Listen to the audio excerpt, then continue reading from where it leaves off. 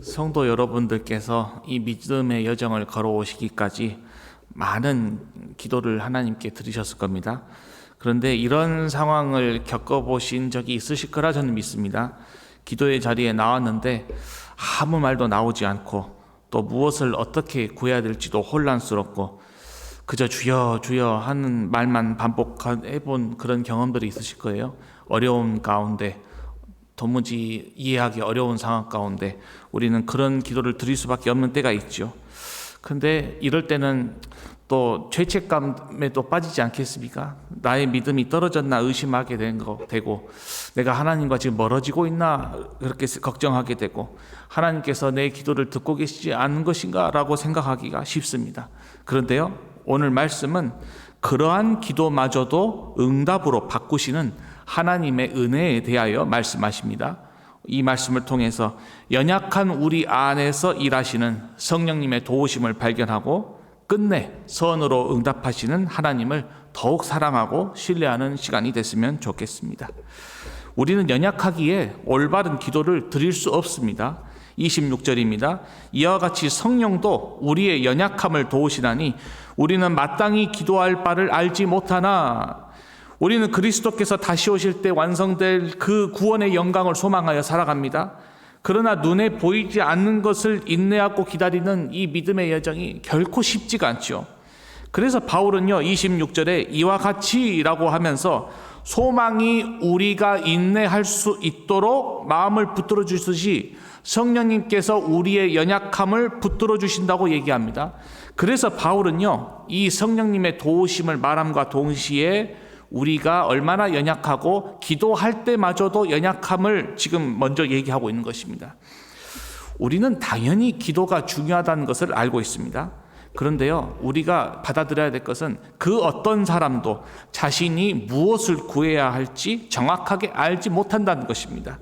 눈앞에 보이는 것에 매달리기 쉬운 연약한 죄인이기 때문입니다. 성경 속에 있는 많은 믿음의 사람들도 마찬가지였습니다. 그렇게 하나님을 사랑하고 경외하던 욥조차도요 극심한 고난, 설명할 수 없는 어려운 일이 찾아오니까는 차라리 죽게 해달라고 구하고 있습니다. 요나도요 하나님의 뜻대로 니느웨에서 말씀을 전해서 그 니느웨 백성들이 회개하는 놀라운 역사가 일어났음에도 그 모습을 보고 화를 내며 죽기를 구했습니다.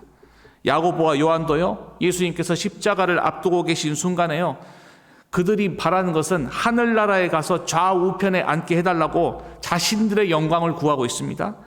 심지어 바울도요 자신에게 있었던 그 괴롭히고 있는 육체의 가시를 두고 없애달라고 그렇게 3번이나 간절히 구했지만 결국 하나님께서 돌아오시는 응답은 내 은혜가 너에게 족하도다 였습니다. 그래서요 예수님은 우리에게 말씀하십니다. 너희는 너희가 구하는 것을 알지 못하는도다. 그렇기에 우리는 예수님께서는요 주기도문을 주셔가지고 모든 기도의 방향과 틀을 주셨고요 하나님 나라와 그의 의를 먼저 구하라고 가르쳐 주신 것입니다. 그러나 이렇게 주님께서 우리에게 모든 기도를 제대로 드릴 수 있도록 가르쳐 주시고 도우시니 우리는 이 연약함 앞에서 낙심할 필요가 없는 것입니다.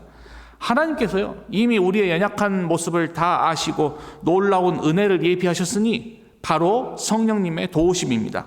도우시나니 라는 말은 대신하여 함께 짐을 지다라는 뜻입니다. 그러니 우리는 연약합니다. 그리고 도저히 감당할 수 없는 짐의 무게가 있고요. 정말 삶에서 찾아올 때 도무지 어떻게 할 수 없는 것들이 있습니다. 그런데 그런 모든 것들마저도 성령님을 통해서 도우시고 함께 들어주십니다. 그래서요 우리 성령님은 연약한 우리와 함께 하시고 진리 가운데로 인도하시며 믿음을 지켜나가는 삶의 모든 시간 동안 우리 스스로도 감당할 수 없는 모든 문제의 짐을 함께 들어주시며 우리의 소원을 하나님의 뜻대로 인도해 가심을 우리는 믿어야 됩니다. 그래서요 성령님이 우리를 위하여 항상 간구하십니다. 26절 후반과 27절입니다. 오직 성령이 말할 수 없는 탄식으로 우리를 위하여 친히 간구하시느니라. 마음을 살피시는 이가 성령의 생각을 아시나니 이는 성령이 하나님의 뜻대로 성도를 위하여 간구하십니다. 우리가 기도할 때 우리를 위해 간구하시는 분이 2분이 계시니 바로 한 분은 하늘에서 우리를 위하여 하나님 아버지께 중보하시는 예수 그리스도시고요. 한 분은 우리 지금 안에서 탄식함으로 간구하시는 성령님이십니다. 로마서의 8장에 보면요, 이 탄식이라는 말이 3번이나 나옵니다. 먼저 19절에서 22절에는 피조물의 탄식이 나오고요. 그 다음에 23절부터 25절에는 그리스도인의 탄식, 그리고 오늘 본문에 나오는 성령님의 탄식입니다. 모든 피조물과 그리스도인은요, 몸의 구원을 바라면서 탄식하지만요, 성령님께서는 그 구원을 위해서 말할 수 없는 탄식으로 간구하십니다. 만물은 하나님의 구원을 기다리고 있습니다. 그리고 우리 그리스도인도 그 구원에 완성해 주실 것을 소망하면서 기다리고 있습니다. 그리고 성령님께서 그 구원을 향하여 우리를 이끌어가고 계십니다. 우리가 연약하고요, 무지해서 마땅히 어떻게 기도를 드려야 될지 모르는 그 순간마저도, 또는 모든 삶 가운데 찾아오는 모든 근심과 문제 앞에서 아무 말도 나오지 않을 때 우리 성령님께서는 그것마저도 이미 아시고 우리 안에서 말로 표현할 수 없는 탄식으로 간구하십니다. 그러니까 마치 모세가요, 막 이제 뒤에서 이집트 군대가 쫓아옵니다. 이제 우리가 죽겠구나라는 그 절체절명의 순간에 아무 말 없이 마음속으로 기도했는데도요, 하나님께서는 그 기도를 들으시고 어찌하여 내게 부르짖냐라고 말씀하셨습니다. 그리고 한나도요, 오랫동안 임신하지 못하는 그 말로 표현할 수 없는 고통 가운데 그 입술만 움직이며 소리 없이 기도했더니 하나님께서는 그 기도마저도 끝내 응답하시지 않으셨습니까? 그래서요, 성령님께서는 반드시 하나님의 뜻대로 간구하십니다. 이 간구라는 말은 대신하여 만나게 하다라는 뜻입니다. 설령 우리의 연약한 기도가 어떻게 드릴지도 모르는 연약한 기도일지라도, 설령 우리가 구하는 것이 하나님의 뜻에 어긋난 것이라 할지라도, 진짜 성령님께서 우리와 하나님 사이를 그것마저 들으시고 친히 연결시켜서 만나게 해주신다는 것입니다. 그래서요, 우리 성령님께서 우리로 하여금 죄를 깨닫게 하시고 삶의 모든 순간에 진리의 말씀을 가르치고 생각나게 하셔서 우리가 하나님께로 늘 향할 수 있도록 이끄십니다. 이같이 성령님께서 우리를 위하여 간구하심으로 언제나 우리의 뜻을 하나님의 뜻에 맞춰주십니다. 그래서 성령님의 뜻은 곧 하나님의 뜻이기 때문입니다. 그래서 예수님께서도 나의 원대로 마시옵고 아버지의 원대로 하옵소서 기도하셨던 것처럼 성령님께서 우리 안에 하나님의 뜻대로 드리는 간구는 반드시 응답받습니다. 그래서 요한일서 5장 14절은 말씀합니다. 그를 향하여 우리가 가진 바 담대함이 이것이니 그의 뜻대로 무엇을 구하면 들으십니다. 그러므로 진심으로 하나님을 사랑하는 마음으로 성령님을 의지해서 드린 간절한 탄식의 기도는 절대 헛되지 않습니다.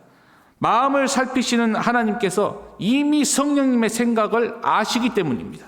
그러므로요, 하나님께서는 우리가 진심으로 드리는 기도, 믿음으로 드리는 어떠한 기도일지라도, 그 탄식마저일지라도 그 기도를 들으십니다. 그래서 갈라디아서 4장 6절은 말씀합니다. 하나님이 그 아들의 영을 우리 마음 가운데 보내사 아바 아버지라 부르게 하셨느니라. 우리가 어떠한 말로 기도할지 몰라서 아무 말도 나오지 않을 때 그저 탄식함으로 주여 주여 아버지 아버지라고 부르짖을 때에도 하나님은 그 뜻이 무엇인지를 알고, 성령님께서 그 뜻이 무엇인지를 알고 하나님께 그 기도를 드리신다는 것입니다. 이렇게 기도는요, 성도 안에 계신 성령님의 일하심입니다. 그러니 성령님의 도우심이 없으면 우리는 제대로 된 기도를 드릴 수 없습니다. 그래서 에베소서 6장 18절은 모든 기도와 간구를 하되 항상 성령 안에서 기도하라, 이렇게 말씀합니다.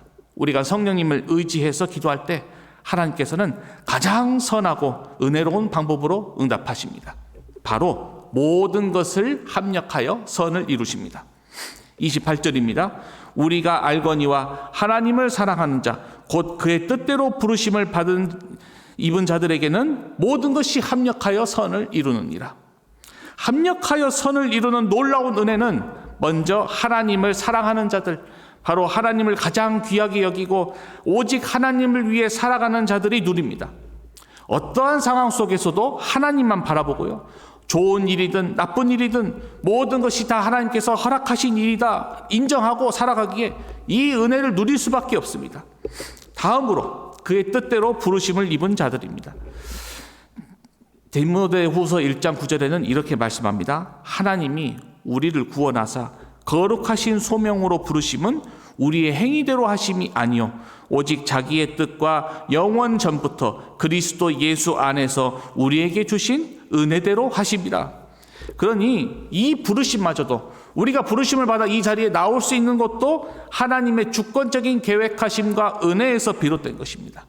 그래서 하나님을 사랑하는 것, 그의 부르심을 받은 것은 같이 연결됩니다. 하나님을 사랑하는 자가 하나님을 부르심을 받은 자이고요, 하나님의 부르심을 받은 자가 하나님을 사랑하는 것입니다. 그런데 거기에는 그 어떤 우리의 공로나 행위가 없습니다. 모든 것이 다 하나님께서 미리 계획하신 은혜에서 비롯된 것입니다. 만물을 주관하시는 우리 하나님께서 선한 일이든 고통스러운 일이든 모든 것을 통하여 반드시 선을 이루십니다. 그러니 우리는 일하시는 하나님만 믿고 의지해서 그의 뜻이 우리 안에서 이루어지기를 기도해야 됩니다. 요셉이 겪은 일들을 한번 생각해 보셨으면 좋겠습니다. 형들에게 버림받고 노예로 팔리고 감옥에 갇히기까지 했습니다. 진짜 그 하나하나만 생각해 보면 재앙 그 자체였습니다. 진짜 믿음을 잃어도 이상하지 않을 만큼 그는 고통스러운 시간을 보냈습니다. 그러나 그 모든 것이 합쳐졌을 때에 하나님의 놀라운 뜻이 이루어졌으니 요셉은 하나님만 바라봤고 그 하나님만 사랑했고 그 하나님만 의지했기에 모든 것을 합력하여 선을 이루시는 은혜를 경험했습니다. 그러니 우리는 한 가지를 분명히 기억해야 됩니다. 선을 이룬다는 것은 우리가 원하는 대로 모든 일이 다 잘 된다는 뜻이 아닙니다. 하나님께서 보시기에 가장 좋은 쪽으로, 가장 좋은 것으로 우리를 이끌어 주신다는 것입니다. 죄를 멀리하고 하나님을 가까이 하도록, 세상을 내려놓고 천국을 바라보도록, 그 모든 것을 하나님의 뜻대로 이끌어가는 것이 바로 하나님의 선입니다. 그리고 비교할 수 없는 더욱 큰 선을 이룰 것이니 바로 영원한 구원과 천국에서 우리에게 누리게 하실 영광입니다. 그러니 우리의 삶 가운데에 근심과 어려움이 찾아올 때 하나님을 의심하거나 믿음이 흔들릴 필요가 없습니다.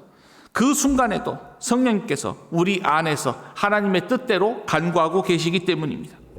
그러니 우리에게 필요한 건 딱 하나입니다. 모든 상황 속에서 오직 믿음으로 선하신 하나님을 사랑하고 의지하는 것입니다. 만물의 주관자, 모든 것을 다스리시는 신실하신 하나님께서 그를 진심으로 사랑하고 그를 의지하는 자에게 모든 것을 합력하여 선을 이루실 것입니다. 그러니 어떠한 상황 가운데서도 기도를 멈추지 마십시오. 그것이 눈물과 탄식이어도 좋습니다. 그저 주님의 이름을 부르짖는 것만으로도 좋습니다. 성령님께서 우리를 위하여 간구하고 계십니다. 하나님 신뢰하기를 멈추지 마십시오. 반드시 그가 응답하실 것입니다. 오늘도 우리가 이 말씀을 붙들고 주님의 부르심 따라 그의 뜻대로 살아갈 때에 그가 주실 은혜를 풍성하게 누리는 우리 모두가 되기를 간절히 바랍니다. 함께 기도하겠습니다. 하나님 아버지, 연약한 우리의 기도를 들으시고 성령님을 통하여 주님의 뜻대로 이끌어 주심 감사합니다. 오늘도 모든 것을 합력하여 선을 이루실 하나님을 의지하여 나아갑니다. 어떠한 상황 속에서도 우리의 호흡인 기도를 멈추지 않게 하시고 오직 기도할 때에 하나님을 사랑하고 하나님을 신뢰하는 마음으로 날마다 주님의 은혜 가운데에 살아갈 수 있도록 주님 우리를 붙들어 주시옵소서. 감사드리며 우리 주 예수 그리스도의 이름으로 기도드립니다. 아멘.